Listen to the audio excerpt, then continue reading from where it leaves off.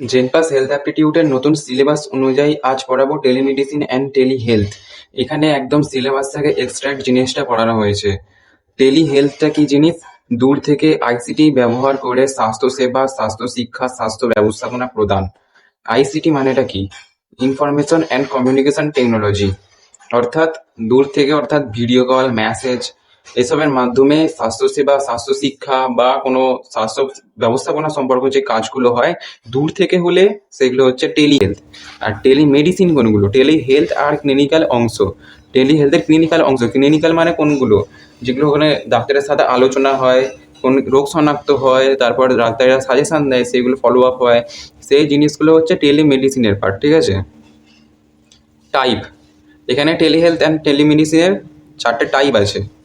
প্রথমে আছে সিঙ্ক্রোনাস, মানে রিয়েল টাইম। এখানে কি হয়? ভিডিও কল বা ফোন কলের মাধ্যমে কনসাল্টিং, আইডেন্টিফিকেশান, ফলো আপ ইত্যাদি হয়।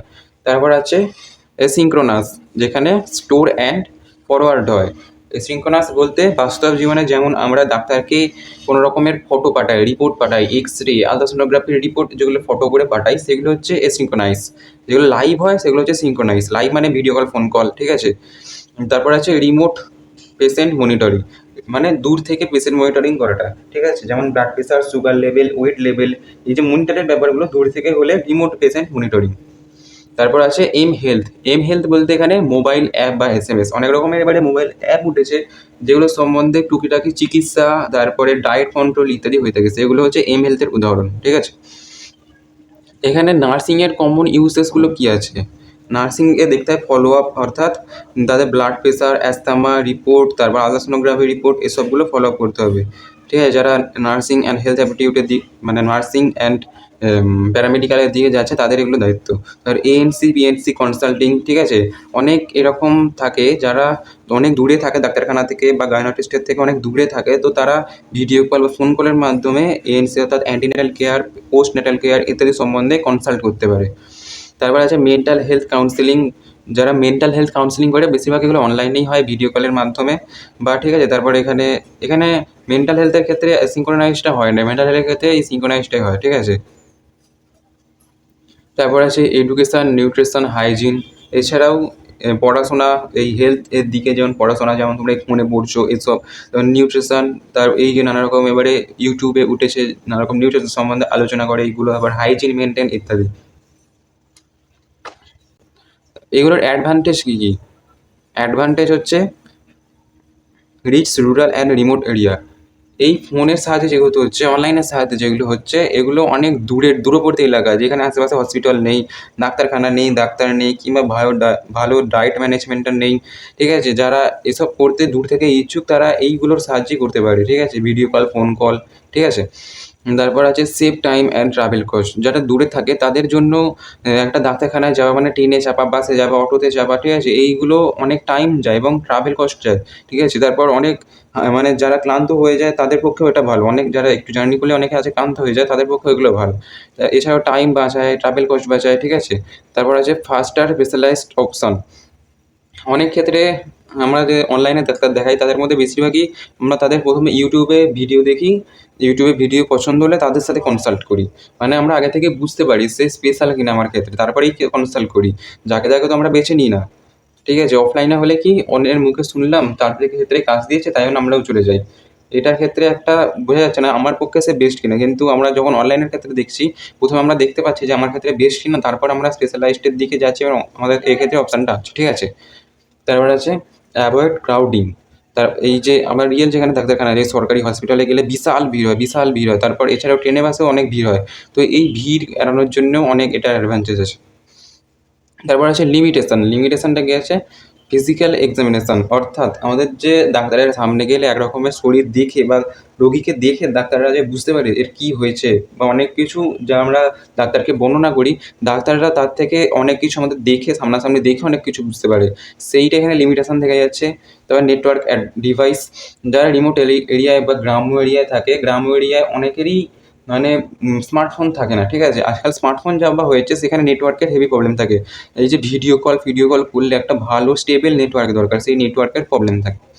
ঠিক আছে? তারপর আছে প্রাইভেসি। অনেক ক্ষেত্রে ডাক্তাররা তাদের যে পেশেন্ট দেখায় সেই পেশেন্টের ডেটা লিক করে ফেলে। কীরকম লিক করে ফেলে? যে অ্যাডভার্টাইজমেন্টের ক্ষেত্রে বা ইউটিউবে দেখিয়ে ফেলে, এইসব ক্ষেত্রে প্রাইভেসির একটা ভয় আছে, ঠিক আছে? তারপর ক্রিটিক্যাল কেস। ক্রিটিক্যাল কেসগুলো হচ্ছে এরকম দূর থেকে ঠিক করা যায় না। ক্রিটিক্যাল কেসের ক্ষেত্রে সবসময় পেশেন্টদের ডাক্তারখানায় যাওয়া উচিত, ঠিক আছে? বা যে কোনো এই যে হার্ট সার্জারি, তারপর অ্যাক্সিডেন্টের অপারেশান, ঠিক আছে? তারপর ওটিটি, এসবগুলো তো ফোন থেকে হয় না বা অনলাইনে হয় না, এগুলো তো হসপিটালে যেতেই হবে। এইসব ক্রিটিক্যালগুলো করতে গেলে হসপিটালে যেতেই হবে, এইখানে অনলাইনের কোনো ব্যাপার নেই। তারপর আছে মিসকমিউনিকেশান বা একটা ভুল বোঝাবুঝি, যেটা ধরো তুমি বলতে চাইছো ডাক্তারকে, ডাক্তার তার অন্যটা বুঝলো, কিন্তু সামনাসামনি গেলে কী হতো? সামনাসামনি গেলে সে ডাক্তার তোমাকে দেখেই বুঝতে পারতো কী হয়েছে, ঠিক আছে? বলার থেকে তারা দেখে বেশি বুঝতে পারে, কারণ তাদের একটা অভিজ্ঞতা আছে, ঠিক আছে? এখানে এই ফোনে বললে সামনাসামনি ভিডিও কলে থেকেও সামনাসামনি, মানে ভিডিও কল আর সামনাসামনি তো একটা বিশাল ডিফারেন্স আছে, ঠিক আছে? ওই সামনাসামনি যেটা দেখে বোঝা সেটা ভিডিও কলে বুঝবে না, বা যেটা তুমি বর্ণনা করছো হয়তো ঠিকভাবে তুমি বর্ণনা করতে পারছো না, এরকম করে একটা মিসকমিউনিকেশান বা একটা ভুল বোঝাবুঝির সৃষ্টি হতে পারে, ঠিক আছে? তারপর আমাদের আছে এখানে রেসপন্সিবিলিটি। রেসপন্সিবিলিটি মানে যারা এখানে ফোনের অপর প্রান্তে যে ডাক্তার বা নার্সরা থাকবে তাদের কী রেসপন্সিবিলিটি? Identity history. যে রুগী তারা অনলাইনে দেখবে, যে রুগীকে তারা অনলাইনে দেখবে তার আইডেন্টিটিটা ঠিক করে জানা উচিত, বা হিস্ট্রিটা ঠিক করে জানতে চাওয়া উচিত, যে কোথা থেকে কী কী হয়েছে। যার পেট খারাপ হয়েছে তো বিয়ে বাড়ি গেছিলে কিনা, বিয়ে বাড়িতে কী খেয়েছো, এইসব ভালো করে হিস্ট্রি জানতে হবে। এটা তো জাস্ট একটা ছোটো উদাহরণ দিলাম, বড় বড় রোগের ক্ষেত্রে আরও ভালো হিস্ট্রি থাকবে, ঠিক আছে? Maintain confidentiality. Screenshot, photo, report এসব অন্যান্য কোনো সংস্থা, ঠিক আছে, এসবের সাথে শেয়ার করে যাবে না। ডাক্তাররা বা নার্সিংরা কী করে, সামান্য টাকার লোভে তারা অনেক ক্ষেত্রে কোম্পানিরা তাদের ক্ষেত্রে সুযোগ দেয় যে পেশেন্টদের এইসব ডেটা শো করলে তারা এইসব ওষুধ তারা বিক্রি করতে পারবে, এবং তার জন্য ডাক্তাররা টাকা পায়। এইসব লোভে পড়ে পেশেন্টদের এসব সিক্রেট মোবাইল নাম্বার, রিপোর্ট, ঠিক আছে, এসব তারা ওই ওষুধের কোনো ব্যবসায়ী বা আরও অনেক রকম হেলথ রিলেটেড যারা ব্যবসায়ী আছে তাদের কাছে এগুলো বেচে দেয়। তো এইটা একটা, এই প্রাইভেসিটা অন্তত বজায় রাখতে হবে ডাক্তারদের, ঠিক আছে? তারপরে আছে প্রপার ডকুমেন্টেশন। অনলাইনে হচ্ছে বলে শুধু মুখে বলে দিল সেটা হবে না, প্রপার একটা ডকুমেন্টেশন বানাতে হবে। যেমন ডাক্তারখানায় গেলে আমাদের প্রেসক্রিপশন দেয়, সেই রকম একটা প্রপার ডকুমেন্টেশন বানাতে হবে, ঠিক আছে? Health education ensure referral. Health education মানে যে ডাক্তার অনলাইনে ডাক্তার হয়ে বসে পড়লুম, গুগল দেখে একটুখানি বলে দিলুম, এরম করলে হবে না তো। তার সঠিক এমবিবিএস করা আছে কিনা বা সঠিক নার্সিংয়ের ট্রেনিং আছে কিনা ওরকম দেখতে হবে। যারা পেশেন্ট তাদেরকেও এটা দেখেই নিতে হবে, শুধু ইউটিউবে দেখে ভালো লাগলো নিয়ে নিলেও হবে না। তাদের প্রপার ডিগ্রি আছে কিনা, ডাক্তারি করার যে ন্যূনতম একটা যোগ্যতা দরকার সেটা আছে কিনা, সেই প্রপার হেলথ এডুকেশনটা আছে কিনা সেটা দেখেই তাদের কাছে যাওয়া উচিত, এবং যারা ডাক্তারি করবে তাদের ক্ষেত্রেও এইটা দেখেই করা উচিত, ঠিক আছে? অনেকে আছে গ্রাম্য চিকিৎসার ক্ষেত্রে, ঠিক আছে, এমনি এমনি হাতুড়ে মার্কা ডাক্তার পাড়ায় বসে বললো, সবাই ওর কাছে যায়, তাকেই ডাক্তার বলে চেনে, কিন্তু এটা কিন্তু বেআইনি, ঠিক আছে? এরকম নামের আগে ডাক্তার বসানো যায় না, বা এরকম লোকের চিকিৎসা করাও যায় না যদি না সে এমবিবিএস করে থাকে। তারপরে আছে এনসিওর রেফারাল। যার কাছে রেফারাল করবে সেও তাকেও মানে এনসিওর করে নিতে হবে সেও ঠিকঠাক কিনা। শুধু এরকম অনেক হেলথ সংস্থা আছে বা ওষুধের দোকান আছে বা এরকম অনেক পরীক্ষা কেন্দ্র আছে যেগুলো ডাক্তারকে টাকা দিয়ে রাখে যে আমাদেরকে রেফার করবে, আমরা তাহলে তোমার কাছে রুগী পাঠাবো, এরকম কমিশন দেওয়া থাকে ডাক্তারের কাছে। ডাক্তার সেই কমিশন অনুযায়ী তার রুগীদের রেফার করে, কিন্তু ডাক্তারকে দেখে নিতে হবে কোনটা যে রুগীর ক্ষেত্রে কোনটা ভালো, সেই রকমভাবে রেফার করতে হবে, ঠিক আছে? তারপর এনকারেজ অ্যান্ড ফলো আপ। রোগীরা অনেক সময় ভাবে যে ফোনে হচ্ছে দেখে নিই কী হবে, ফলো করে ভুলও হতে পারে, এরকম হলে হবে না। ডাক্তার যদি ডাক্তারের কাছে যদি কনফিডেন্স থাকে, ডাক্তার যদি ঠিকঠাক পড়াশোনা করে থাকে, তো রোগীকে এনকারেজ করতে হবে তাদের এগুলো ফলো আপ করার জন্য, ঠিক আছে? এছাড়াও নোট, এই যে পড়ালাম এখানটা, এটা ছোটোই খুব চ্যাপ্টার ছিল, ঠিক আছে? এটা একদম সিলেবাসের শেষ প্রান্তে এই চ্যাপ্টারটা ছিল, ঠিক আছে? এইখানে দুটো চ্যাপ্টার ছিল, এই একটা চ্যাপ্টারটা পড়ালাম, আরেকদিন একটা চ্যাপ্টার হবে। আর এর নোটগুলো ডিসক্রিপশানে থাকা লিঙ্ক আছে টেলিগ্রাম গ্রুপের, সেখানে জয়েন হয়ে নোটের কথা বললেই নোট পেয়ে যাবে।